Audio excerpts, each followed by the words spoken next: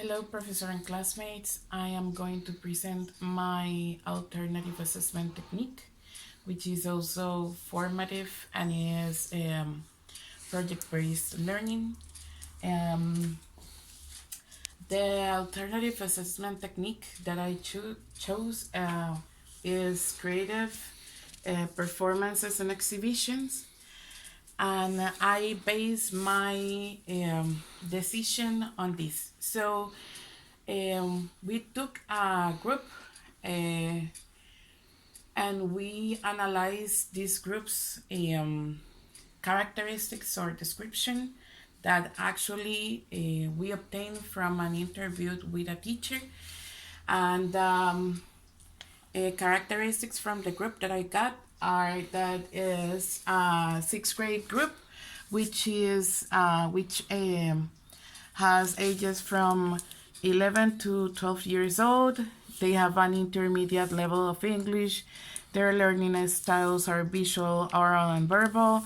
Their disabilities, well, there are not specific disabilities. Their social conditions is a high intermediate socioeconomic level, which is the one that most private schools have. Their attitude towards English language learning is really positive, the same as with their parents. Well,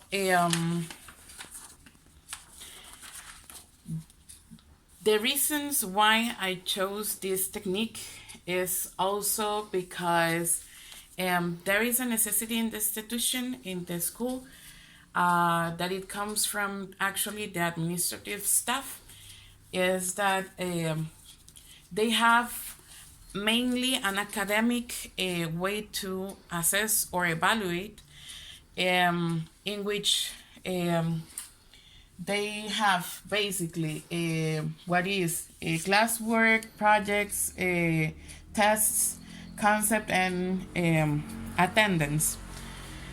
But they used to have observations, right, in which they have an specific aspect, which was expositions that it was actually erased. So they have no way to have a record of what students have been doing, but actually expositions were summative assessment. So it means that, well, we kind of kept some students' process and performance and everything, but it was equally summative as tests were or as classwork.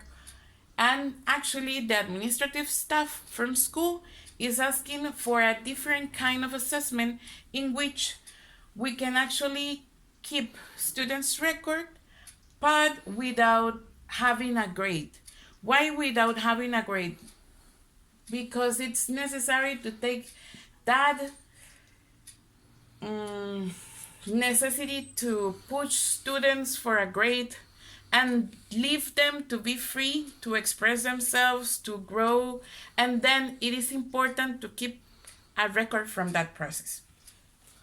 So, as Somayi said, students should use the language in order to learn, and if they're graded all the time, they do not have opportunity to do so. So that is one of the reasons. And they also need continuous feedback. They get feedback mostly whenever they are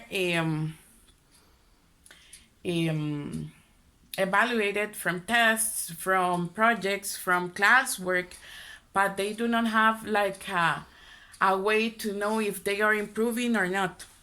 So that's why I did this proposal. So creative performances and exhibitions, their main purpose is to explain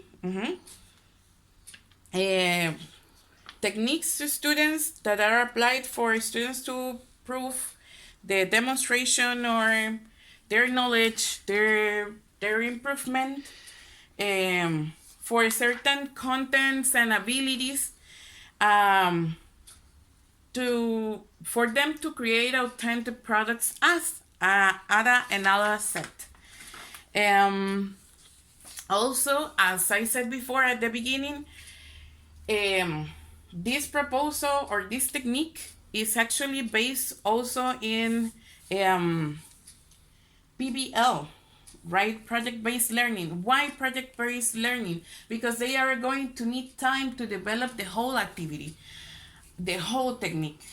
So my proposal is basically that they have to develop this technique through the week, but it's not a technique that is going to be repetitive every week, but we can change it because we can apply it to different ways. Well, as I was saying before, so since it is based in as a performance-based technique,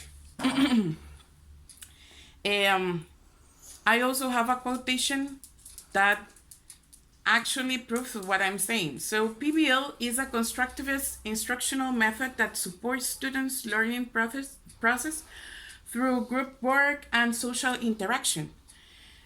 In order to solve problems, students are not only encouraged to complete the steps of class projects related to their personal interests, needs, but also to develop the ability to think critically and use content knowledge. So, the idea with this technique is that they can use everything that they have been learning through a week, and they are assigned some lessons to work in this project. So they will need to use a specific content such as grammar and vocabulary that they have been using through the week. So for that reason, I propose this. So this is a proposal, right, of an activity that they can actually use in class. The activity is based on grammar and content that they actually could have studied in class. For example, so I use as a general objective, so to integrate content studied in reading, spelling, and grammar, which are the three main subjects that they studied through the week at school. So the idea is to solve also a question like how to do a radio show, because they're asked to do a radio show. So they are assigned 6 lessons that they can use and separate through the week. The teacher can assign those lessons, or she or he can agree with the students when.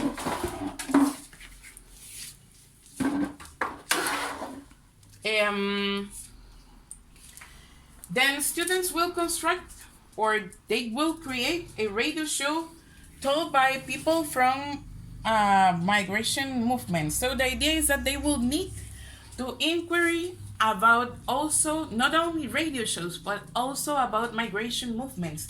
They actually, for this one, I use contents from a reading related with for example, Native Americans and all the migration movements that they did through history. And then, then actually the reading is named Story Messages in Stone and Wood. Then the grammar content is basically prepositions in general.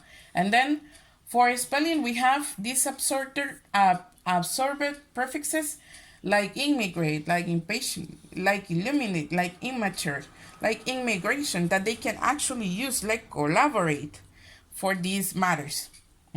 So the general procedures are that students will need to investigate about migration movements and ancient times and how to do a radio show, which is important. So then students will brainstorm all their ideas and how to do a radio show and migration movements. Then students will need to write a story together, the one that they are going to present in the radio show, and they will need to add all the sounds and voices needed for the radio show. And then they will exhibit the story in a creative way as if it were a radio show. So that's the idea. Then how can we assess all this?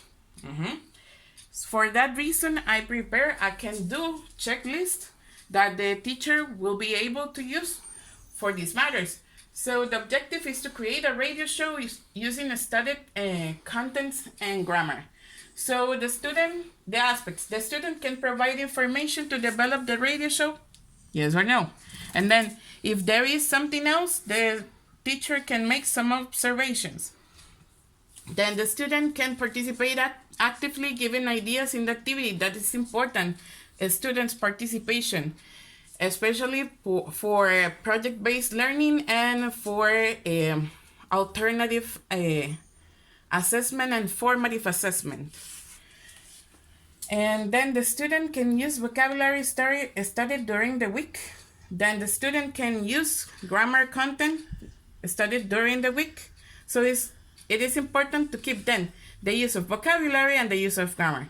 The student can prepare everything with classmates and collaborative work.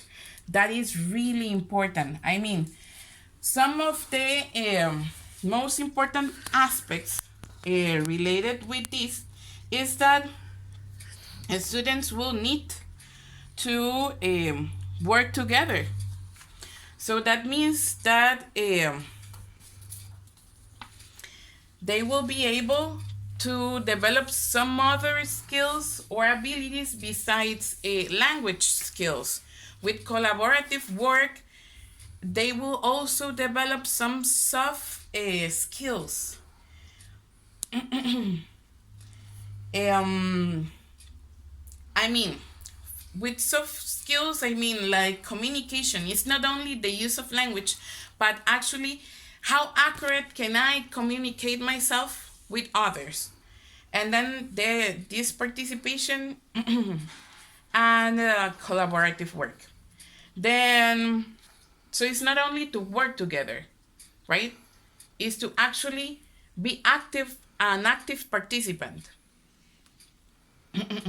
So to keep actually how the result ends, or how everything ends, we have a rubric. So in which we have the name of the student, the date in which we actually apply it, and then the level.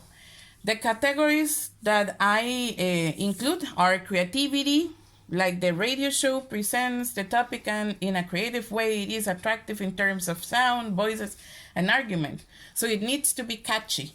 The content, it demonstrates knowledge about the topics the story provides is well organized, introduction, body, and conclusion. So it's necessary to have an order.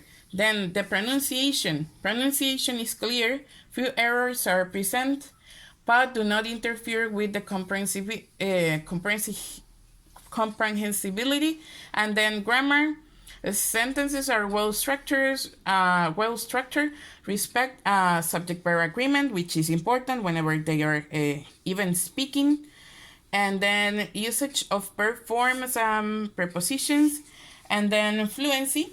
So it means that they speak without any noticeable effort or loss of coherence. And then delivery, which is about the tone of voice and the expressions they are using and the rhythm that they have. Also, somehow intonation, right? Because it's important to know the difference whenever they are saying a sentence, a common sentence, a declarative sentence, and a question or a negative sentence or a WH question, which all of them are different, okay?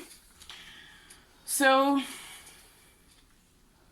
this is a formative assessment technique because it should be carried out, right, through a week. So it needs an attentive observation and guide from the teacher.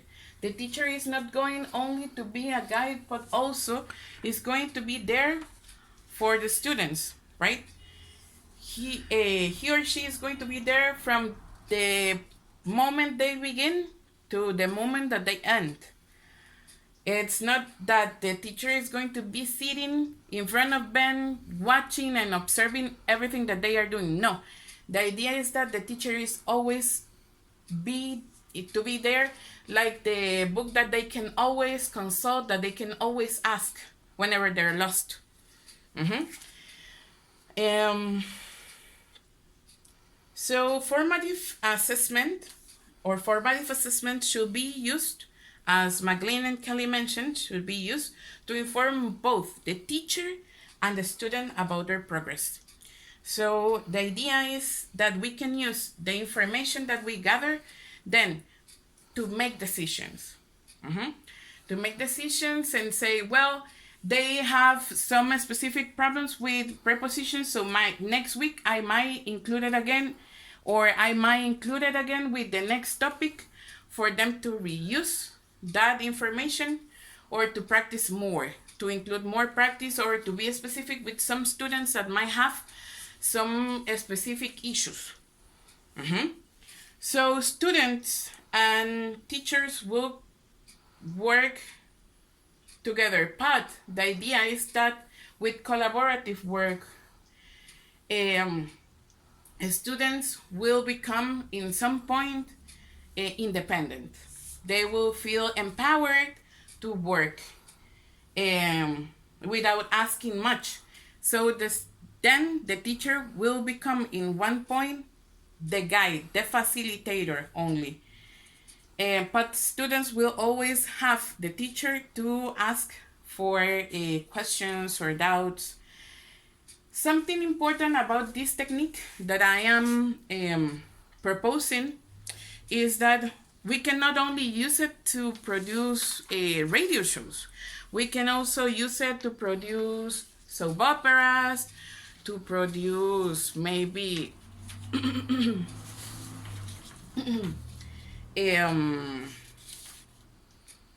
songs, to produce maybe, I don't know, ads, trailers. Let's say that that it occurred to their mind that they want to do a trailer from a movie that is related with a specific topic. That it happens. It occurs since some part of the contents and that we have in vocabulary, it's like from celebrations, and also we have stories, specific stories, famous stories from Christmas. And also role plays are a possibility to be used as an activity for creative performances and exhibitions. Okay, so conclusions that I got from this project, I truly believe that is going to be really useful for me as a teacher, and also for other teachers if I share my point of view and the actual material that I produced, because there is certainly a necessity for students to have some record of their process of evolution. Mm-hmm. With this record of process of evolution from students, then they will feel like that they are advancing, like they are achieving goals. They are getting things. They are not only fulfilling tests. So, limitations that I found. Whenever I asked the institution, and actually I insist on developing some other kind of techniques, they insist on the idea of something catchy, something in which students will use real life things, or they will produce real life things in class. That was kind of a limitation because they asked me specifically to do that. And it was kind of challenging since I first proposed a portfolio, but they said that the students' actual performance in writing was okay. The one that they needed to really improve was their oral skills and the way they um, actually perform in relation to what they were learning. Mm-hmm. To feel for them then to feel more secure about what they say, or yes, that they say. Um, it is important, as in any other alternative assessment and formative assessment technique, to keep students uh, informed about what they are doing, to give feedback. So it needs to be a continuous feedback. So, and also that the teacher does not keep only what he or she has collected as information only to stay in their diaries, their classroom diaries, but to use it. I mean, for next class, and continue asking students each class, hey, what did we do last class? Uh, what did we learn? Do you have any questions? Do you have any doubts? And clear students' doubts. And ask students if they would like to use any other kind of authentic assessment technique, or, for example, as I was saying before, so we can use soap operas, we can use, we can ask them to produce ads, we can ask them to, I mean, uh, to we can ask them if they might be interested on producing something in a specific. So it's not only to know the students' characteristics, but also to know students' abilities, and so not only what they are or the way they we have analyzed them, but also to be interested in their needs. So